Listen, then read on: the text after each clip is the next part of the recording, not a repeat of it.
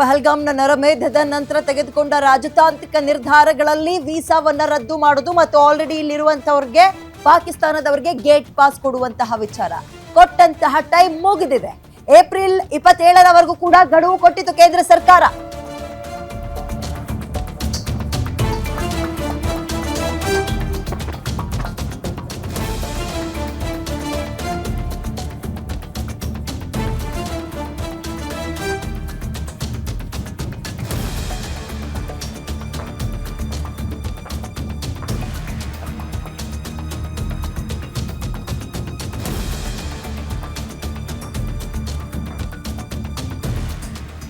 April 27ರವರೆಗೆ ಗಡುವು ಕೊಟ್ಟಿರುವ ಕೇಂದ್ರ ಸರ್ಕಾರ ಇತ್ತ ಕರ್ನಾಟಕದಲ್ಲಿರುವ ಪಾಕ್ ಪ್ರಜೆಗಳಿಗೆ ಸಂಕಷ್ಟ.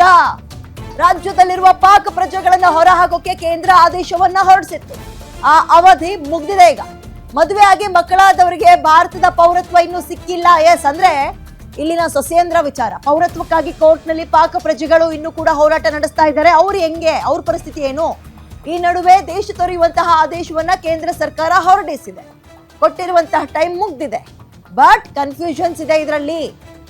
ಪಾಕಿಸ್ತಾನದ ಹೆಣ್ಮಕ್ಳು ಇಲ್ಲಿನ ಗಂಡು ಮಕ್ಳನ್ನ ಮದುವೆ ಆಗಿದ್ರಲ್ಲ ಕೆಲವರು, ನಂಬರ್ಸ್ಗಳಿದೆ. ನೆನ್ನೆ ಅದೇ ಡಿಬೇಟ್ ಆಗ್ತಿತ್ತು ನಿಮ್ಮ ಗ್ಯಾರಂಟಿಯಲ್ಲಿ ರಾತ್ರಿ 8 ಗಂಟೆಗೆ ಗಮನಿಸ್ತಾ ಇದ್ರಿ.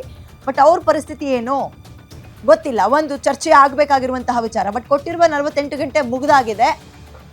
ಕರ್ನಾಟಕದಲ್ಲಿರುವ ಪಾಕ್ ಪ್ರಜೆಗಳಿಗೆ ಸಂಕಷ್ಟ.